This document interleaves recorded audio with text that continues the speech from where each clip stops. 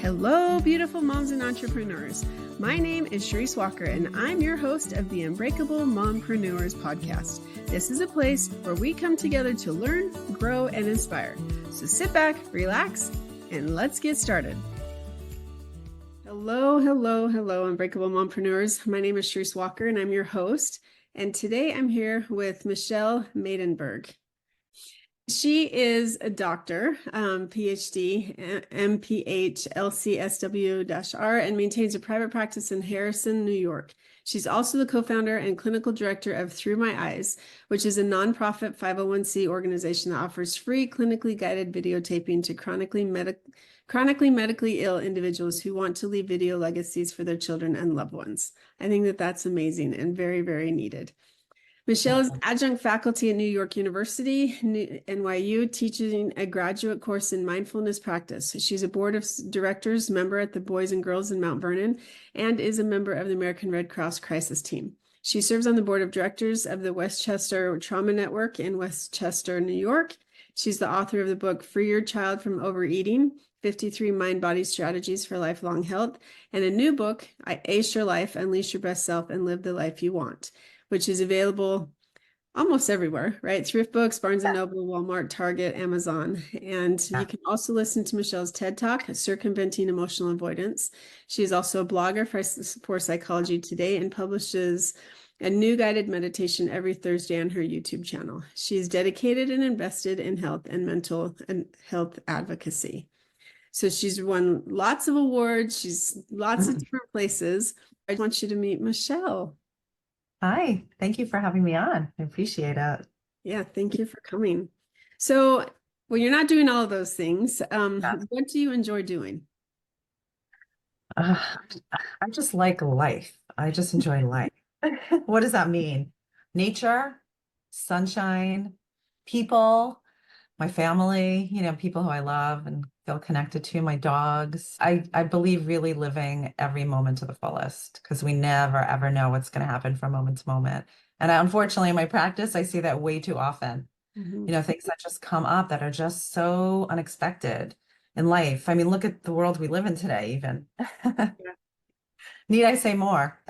No, actually, one of my best friends, her brother-in-law, and I'm not going to go into the details because it's pretty tragic, but it was a road rage accident where he pulls over and the guy hits him and he ends up dying. It's very, very sad. I mean, you didn't get up in the morning, and the guy that ended up killing him, he didn't get up in the morning thinking that that was going to happen with his 8 and 10-year-old child in the back seat. And so I think that to me, the older I get, the more I realize that life is very, very fragile, and you have to live life to the fullest. And that's what I love about your message, because you're about mindset and you're about getting out there. And I think a lot of people, they do tend to use excuses instead of just going after what they really, really want. And so I want to talk about that because you go into emotional avoidance is the topic. And I feel like, I will be honest with you, the last couple of years, like I was that go-getter, which nothing ever held me back. But what I want to accomplish right now and the mission I feel like I'm supposed to be doing, I'm having a lot of emotional avoidance on. And so how does it show up in our thinking and our decision-making and our relationships? And how do we overcome it? Yeah, I always like to use examples because they're very poignant and they kind of direct us to what I'm talking about. But I just this morning, a couple of hours ago, literally, I was having an interaction with a friend and I asked them a question. And instead of responding to the question, it triggered them for whatever reason because of something that they're going through and something that they're experiencing. And they responded to me, but it was such a catch-22 for me. Because if I would have been like compassionate and I would have gone in that route, it would have been like, they would have felt like the victim, or they would have felt like I feel sorry for them, or whatever the case is. And then if I would have just been very straightforward and direct, then I'm just compassionate. And I sat there and I'm like, I'm being tested. And again, this is all subconscious, by the way. This is totally subconscious. And I laugh at them there all the time. So keep going. Yeah, they had no awareness that they were like kind of putting me in this position, right? But I really sat there and I was silent because I had to think about, before I respond to this, I really have to think about how to respond. So what ended up happening, I decided to take the route of being very direct and kind of vanilla. And then they had a reaction, of course, because I knew they would. I knew they would have a reaction no matter what I did. Yeah. So I was, like I said, I was in a catch-22, but I felt like I was better equipped to handle it that way, and then to kind of, talk about it with them. Anyway, fast forward, I told them, I said that that really put me in a position and I really didn't know where to go with that. And you have to understand, if I go this way, this is what I'm up against. If I go this way, this is what I'm up against. But more importantly, why do you feel potentially that you have to keep testing the relationship? What is that about for you? Is there something that I'm doing? Is there something that I'm putting out there that's causing you to maybe feel insecure about it? Or maybe, I don't know, like I'm willing to take responsibility for my part in it. Right. Anyway, the reason I'm bringing this up is that type of conversation, right, it eventually led to a deeper place for both of us in our relationship. Because they were able to take responsibility. I was able to take responsibility, and we move forward in a greater understanding about how we want to move forward in our relationship and what our true authentic feelings are, despite that they're difficult and challenging, right? Because it's not always like rainbows and sunshine. It just isn't, unfortunately. Feelings are feelings and they ebb and flow. And sometimes they're joyful and happy and sometimes they're disappointed and frustrated and angry and sad and all those other feelings. So unless we're authentic and we're really with our feelings in every situation, we're not going to move forward. And one of the issues also that I brought up is, which constantly happens, I think, I see this a lot with health related issues where people want something so badly, but they don't follow through, or they follow through for a short period of time and then they have trouble sustaining the habit, the practice, the experience, whatever it is. And everything that I'm talking about right now is about stuckness. It's true. Okay. And what always gets in the way of it is our emotional avoidance. Always. So if we really want to thrive in life, I don't care what it is. I don't care if it's in parenting, career, relationships, from A to Z, we have to be able to confront and be real and authentic about our emotions. I love that you said that because my husband's out of town right now. And so I have 6 kids, and we were talking about 3 out of the 6 this morning. And so I called him and I dropped my girls off for an activity. And so I'm sitting in the car and we're just having this conversation. It was a great conversation. And it's like, what do we do? Being the parent of adult children, it's not fun. Like I have to say that to me is the hardest age because they have their own freedom and they think for themselves and they don't always agree with what you raise them to. I love that you use that example with your friend because that's where I'm at with the kids. It's like you see them going down this road. Yeah. You so badly want to say, and it's not anything bad that they're doing. It's just like, okay, you're at this age in your life. You need to not be acting like this. But you're going to think, oh, how dare you? My feelings are hurt. But at the same time, it's going to like stifle them if they don't learn these skills. Well, it's so funny that you're saying that. I have 4 kids, just so you know. Yep. Again, in today's day and age, 4 kids, 6 kids, it's a lot of kids, right? Especially in New York, right? Yeah, it's unusual. So I have from 24 to 15. My youngest is 15. I have 3 boys and a girl. And it's so interesting because yesterday, it's my son's birthday. He's in California at college, and then he's doing an internship in California. I live in New York. And so it's his birthday in July. So I sent him all of like a goodie bag with like all these like kind of loving sentiments, a big like blanket with things for son, all these like cute little things. So he says, Mom, I got all the stuff you sent. It was a surprise. I got all the stuff you sent me, call me. So I'm calling him on my way home from work, and I'm expecting he's going to be gaga over what I sent him. Because like literally, I was so excited from the depths of my heart to send all this to him. You know what he says to me? He's like, I really appreciate it, but he's like, it's a bit much. And like, that I'm going to be away for my internship, and now I have to schlep more things with me, like to my apartment for my internship. And I sat there and I'm like, underneath my breath, I'm like, I was like, I wish my mother sent me these things. Like, I wish, and I was so hurt, but I'm laughing now because what you're saying, like, and I was laughing to myself, but I felt my pain. I felt literally ugh. you Yeah. know? Mhm. I was like, it was such good intentions. And like, he's telling me what? Okay. So while you're telling me the story, and I'm like, because I'm this visual person, right? So I'm thinking, okay, wait, his birthday's in July, and it's like just barely June 15th. The fact that you, as a mother, sent all that stuff way ahead of time so that he can get it, I'm thinking, wow, what a good mom. Like, you are I so sweet. Because know. for me to put something in the mail, I don't know what it is. I write so many thank you cards, and then to actually mail them, people are lucky if they get it in the mail, because I don't know, between the front door to the mailbox, there's a block there.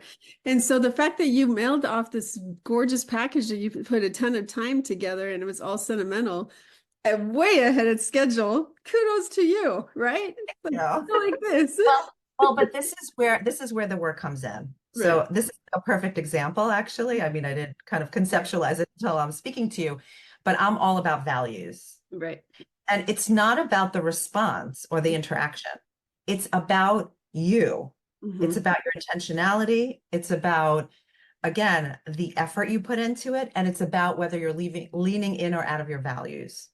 That's right. So when I got off the phone with him, Hmm. this is the process. This is the Right, process. Right? right. I could have, and in the past, right before I did all my work, I probably would have gone to this place where I would have felt very wounded. I would have. Right, I literally would, and I would have sat with it because I'm such an empath and I'm right. very emotionally sensitive. I would have sat with it. Literally, I would have sat with it. Instead, I said to myself, gosh, I'm so proud of myself that I made the effort, that I put it out there, that, I went and I did this, like you said, in advance to make sure that he got it and that, et cetera, et cetera. It's not about his response to me. Right. Hmm. It's about what I put into it to convey my love. And that I'm proud of. Yep. And I think years down the road, probably when they have their own kids, they'll be like, oh, Yes. wow, mom, that was really nice of you. I didn't realize how much effort that takes. And Yeah. it's going to be years. And then you're just going to sit there and go, yep, glad you finally realized, right? No. But I like that you did that, because for me, the book that I wrote recently, very, very healing, because what I realized is, um, I can only take responsibility for my actions and my feelings. And so, like, if my kids, my husband kept saying, they're walking all over you, Sharice, they're walking all over you, they don't appreciate. And I agree with that, but I love them.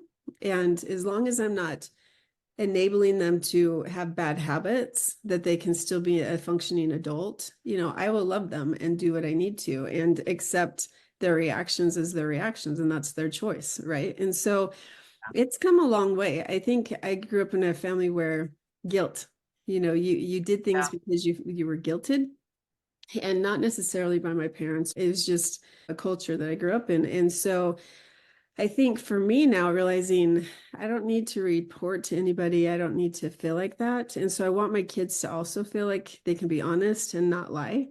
But I don't know. I don't enjoy the adulthood. Yeah, but which is so important because, when I walked away from the interaction I just spoke about with my son, that is actually what I thought to myself. I said, isn't that wonderful that he could be authentic with me Right. Hmm. and he could put his feelings out there Yep. Hmm. and not be driven by guilt or shame or Right. like, oh gosh, my mom sent me all these things. What's wrong with me that I don't appreciate it as much as I should, right? No, he actually put it out there. And then it gave me the opportunity too to kind of take a step back and say, you know what? Maybe I sent too many things. Ugh. Like Right. maybe it was a little bit overwhelming, actually. Like maybe if I just sent the blanket, because I knew he would love it. It's like a snuggly blanket, like, and one other thing, that probably would have been enough. Right. And it would have conveyed the same thing as sending him like six things. Mhm. So, and that wasn't a bad lesson for me to learn too. Right. Yeah. Like I don't need to smother him with stuff. I could just like convey the message Right. in a way that actually he could hear it without smothering him. Yeah. And that does say a lot for the relationship, because he does feel like he can express himself honestly. And the fact that you did go, how dare you? And I spent all this time, you know. That's right. That's right. And again, if I came from a wounded place, I would have done that. Right. Hmm. But I came from an appreciative, like place of gratitude, and that allowed me to just kind of listen to him, attune to him, and that was it. And it was cute because the way he responded after, because I think he sensed it, Mhm. which I was also so proud to see that he had a level of consciousness that he said, "Oh, no, no, mom, the blanket I'm going to use so much. I love it. And I'm going to put the other stuff on my desk, you That- know?" That's cool. That's good. You guys have a good relationship. It's funny because mine are 24 to 9. So Oh, so we have similar yeah, ages. we do. Yeah. We do. So definitely. Okay, so you talked about if I would have come from a place of being wounded. And so are the past behavior and experiences that we have oftentimes negative. I call them trauma or icebergs because my book is called Flipping the Iceberg. So I call it an iceberg because I think sometimes we don't realize it's Mhm. sitting in the water, just waiting to tear into that relationship, right? And so, how do we get past those icebergs so that we can create a better life? Yeah. First of all, I love that, by the way, Hmm. because it's almost like it's dormant, Hmm. right? It's dormant. And then when it gets poked at, it's Yes. like poking the bear, so to speak, right? And then poof, right? So that's when we have activation, reactivity, spilling over, and all the stuff we don't want, of course. And that detrimentally and negatively impacts the relationship because you're not speaking from person to person. Mhm. It's literally you're speaking from five different people, right? Your wounded self at 5, your wounded self at 10, your wounded self at Yes. 15, Yes. and they're responding and speaking from their wounded place at 12, wounded place at whatever, right? So you have like 10 people in the room, literally, Yeah. if you imagine that. Mm-hmm. And there's no communication to be had when all that's going on. It's too chaotic, it's too toxic, right? Right. So I think if we could weed that out, really, and that's what we want to, when we're triggered, we want to say to ourselves, like, what is going on right now? Who is this? Who Hmm. is this? Yeah. Because this is not related to what's happening right now here in the moment, in the present moment. This is related to something in the past, right? It could also be a projection. So I Right. see this a lot. It could also be a projection. So something that we see in somebody else that reminds us of the negative parts that we see in ourselves that we want to try to avoid, disregard, cast off. That happens too. There's all different reasons why we're triggered. So the most important thing is to be in tune with yourself, right? Because when you get triggered, there's a lot of things that happen. You have a physiological response, Mhm. in your body, Yep. whether it could be, people react differently in terms of their nervous system. Hmm. You have certain thoughts that go through your mind psychologically, right? And then you have, like we said, this activation that happens, which results in prompting behaviors. Hmm. So if you're very in tune with all of that, and if you practice really being like a private investigator and investigating yourself, Right. Hmm. you could understand better how you react to things so that when you're feeling that activation, right, and you feel, for me, I feel it right here. It like boom, it goes right to my heart. I feel like my heart rate speeding Hmm. up. I feel like kind of heat in my face. Yeah. Yeah, I feel it right away. And I feel rageful. Like there's this like rage that kind of forceful, very forceful. And there is a little bit of a sadistic side that comes out. Like I'm so aware of it. Because I know when I was a kid, I couldn't express myself because A, I wasn't sophisticated to know how I was feeling, number one. And number two, nobody would listen. So what's the point, right? Right. So I repressed a lot. I kept on repressing, repressing. So when I get that surge of rage, it's me wanting to, like, again, not be that child and holding it inside, which ends up being very, very hurtful and painful, right?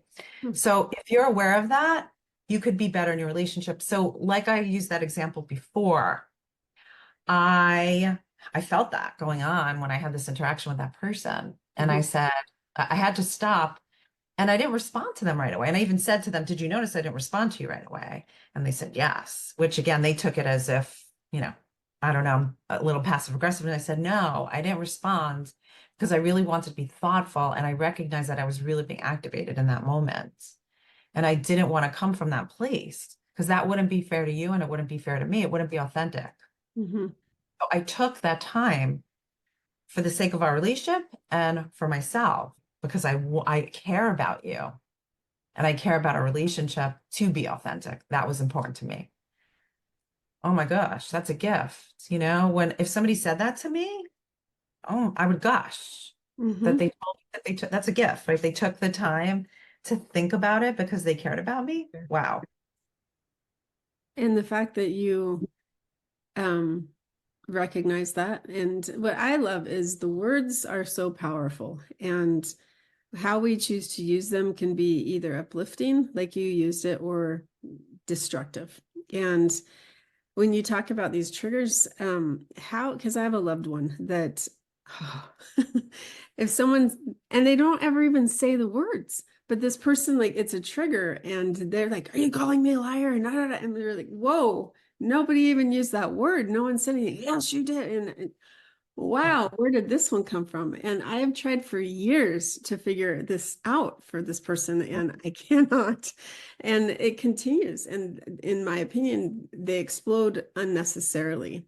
And they Yeah. like word vomit over people that should never deserve that word vomit. And so how do Yes. you work? Because I don't want to say work with that person, but they don't see it, and I don't think that they are willing to see it, but Yeah. yet it's destroying other people. So what is your advice to that? Yeah. So that's called being on a different vibration and Okay. frequency. Okay. Yeah. If you see it that way, then you'll be more compassionate. Mm-hmm. Because what happens when we're confronted with people who are cut off, wounded, explosive, reactive, whatever you want to call it, however you see it, we end up really getting kind of caught up in it, and then we're not our best self. Right. Mm-hmm. That's part of the issue. It's not, the issue is not them, right? Like we get triggered, no one triggers us. Right. You can't blame somebody for being Mm-hmm. who they are I agree. because that's just the way they are. Mm-hmm. And it doesn't usually come from a malicious place. It comes from a stuck place. Mm-hmm. And that is part of the problem. Our brain is wired to protect us. So it leads us to believe that somebody's coming at us. That's not really what's going on. They're coming at themselves, Right. Yeah. coming at themselves. So I always say, like, that like there's some, I had a patient I was working with yesterday who one of their friends constantly puts themselves in a position where people get angry at them and frustrated and whatever. And I said to her, I said, do you really think that she intentionally does that? Would Right. a person intentionally put themselves in positions where people are always angry at them and frustrated with them and ghost them? Do you think that is purposeful? And she stopped and she smiled. And she said, why would somebody do that? I said, that's exactly right. So what you're seeing is something very subconscious and coming from a very wounded place. Mm-hmm. Because it's not just happening with you, it's happening all over the place with her and her relationships, Yep. right? So when you see that show up, could you change your mindset and say something a little bit different? Could you say, wow, I wonder what's going on for her to make her so cut off or to make her so insensitive or whatever, you Yeah. know? Mm-hmm. And Yeah. instead of saying, like, what's wrong with you? Why are you doing that? You know, that's what we do. Mhm. And then the person becomes defensive and then we become defensive and, we're at it. You could Mhm. say, what's going on for you? Like, I'm worried about you, or I'm Yep. curious about your reaction to that. Mhm. Very different. And Right. you still may not get what you're looking for. However, you are acting in line with your values. You will feel a lot better about yourself Mhm. if you come to the relationship asking those like compassionate questions than you being reactive to a reaction, because Mhm. you'll sit with that and then you'll feel poorly about yourself. And Right. that's part of the problem. And I think that that's something where another question I want to ask is, because if you have somebody that comes at you and they attack, attack, attack, attack, and you're like, whoa, unfounded. I did for a long time, for years, and I I used to have an eating disorder where I was much more skinnier, right? And I flipped it where I would go to the pantry and just start eating because something's in my mouth, I cannot react.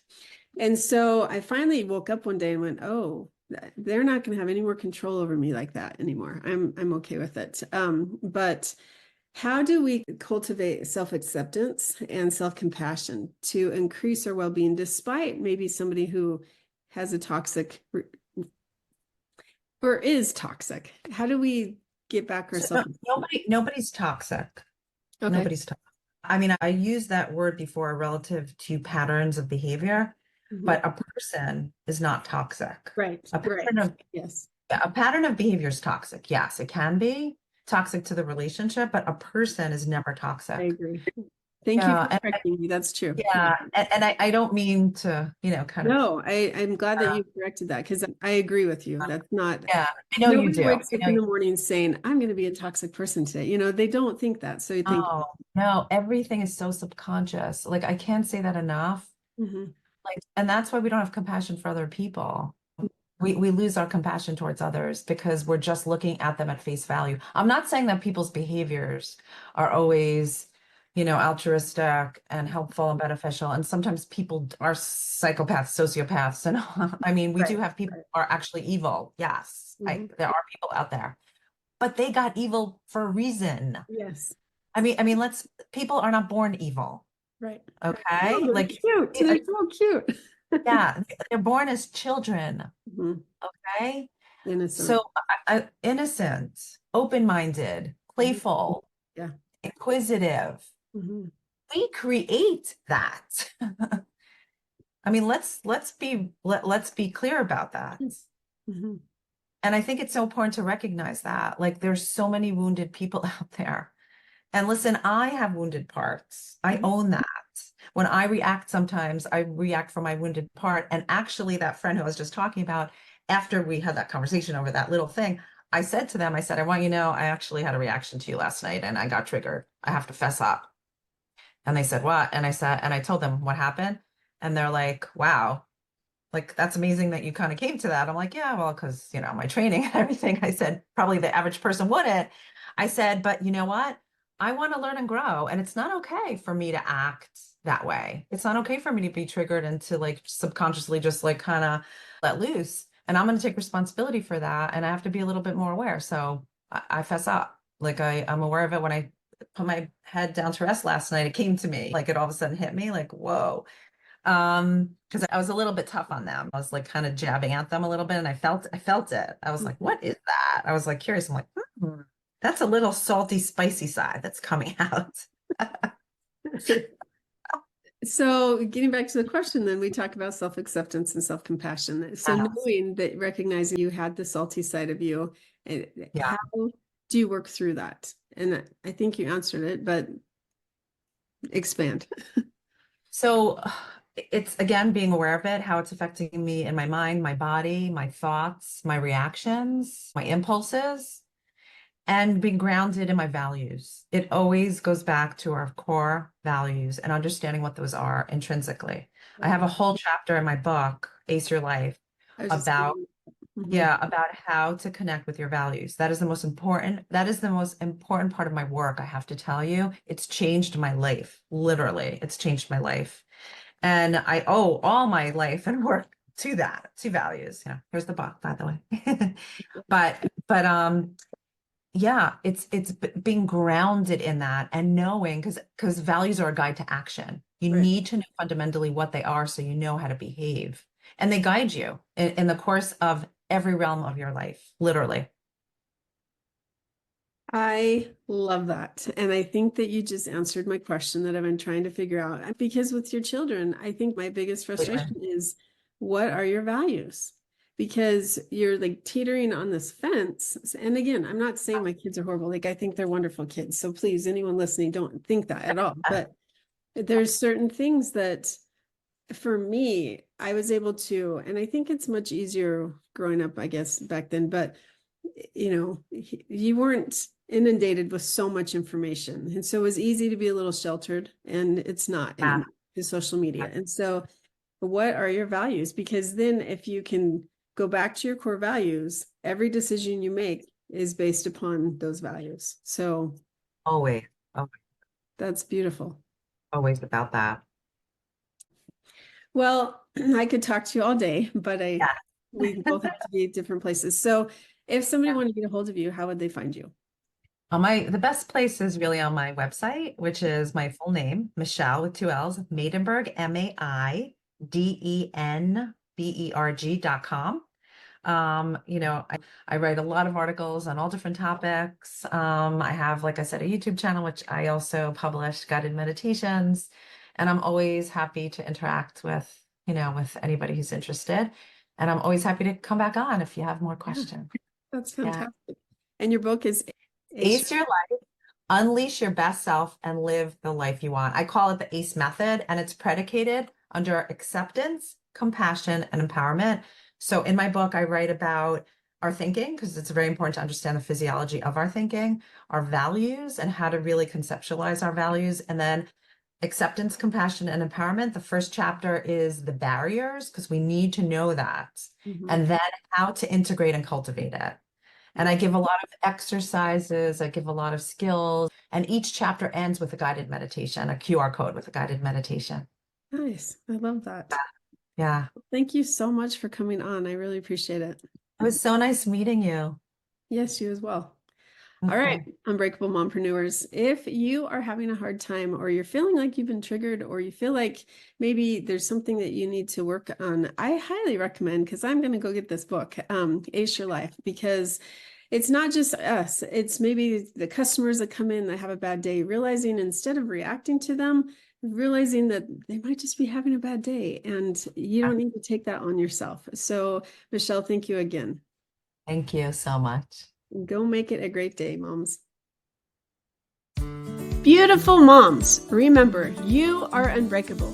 Keep illuminating the world with your strength, pursuing your dreams, and reveling in the splendor of motherhood. This is Charisse Walker, bidding you farewell for now. Stay tuned for more empowering conversations on the next episode of the Unbreakable Mompreneurs podcast. Until then, keep shining bright. Signing off with love, Charisse Walker.